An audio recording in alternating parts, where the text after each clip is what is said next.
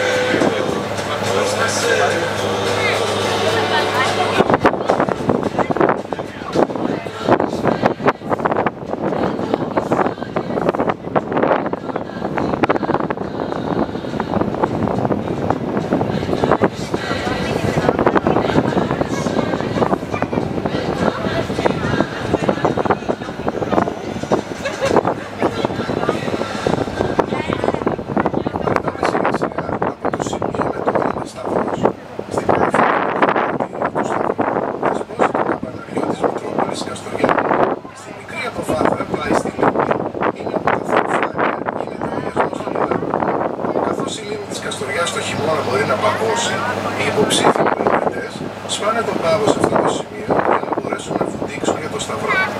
Η παγωμένη λίμνη είναι ένα θέμα μοναδικό. Στο παρελθόν, οι κάτοικοι μετακινούνταν στον πάγο με χειροποίητα έγκυτα της Σάγης, ενώ στη λίμνη της Καστοριάς ήταν το πρώτο που φορέθηκαν τα παπέδιλα στην Ελλάδα από Καστοριανούς του εξωτερικού τη δεκαετία του 1920. Στο σημείο αυτό βλέπουμε όλη την νοτιοανατολική πλευρά της πόλης. Στο ψηλότερο σημείο του κατοικημένου τμήματος ήταν η Ακρόπολη των Βυζαντινών χρόνων με την εμβληματική εκκλησία της Παναγίας της Κουμπελίδικης. Πολύ κοντά σε αυτό το ψηλό σημείο βρίσκεται και το Βυζαντινό Μουσείο της Καστοριάς, ένα από τα σημαντικότερα.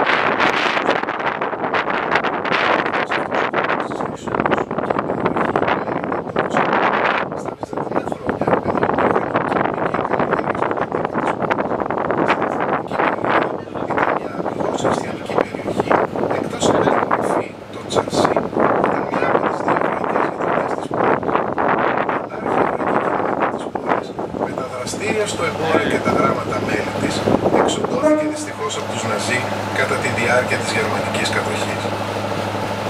Η γειτονιά Ντολτσό σώζει πολλά από τα παλιά αρχοντικά σπίτια των εμπόρων του 18ου και 19ου αιώνα. Στην παλιά της πλατεία, τις ημέρες των φόρτων, παρφώνεται το διάσημο καρναβάλι της Καστοριάς. Στη γειτονιά αυτή, εκτός από πάρα πολλά καταστήματα εστίασης, υπάρχουν μουσεία όπως το Λαογραφικό, το Μουσείο Μακεδονικού Αγώνα, το Δελινάνιο Μουσείο και του Παραδοσιακού Ενδύμνους. Όλα στεγάζονται σε εντυπωσιακά καστοριανά αρχοντικά. Ξεχωρίζει το Μουσείο Φωτογραφίας με την μοναδική συλλογή Παπάζογλου των αρχών του 20ου αιώνα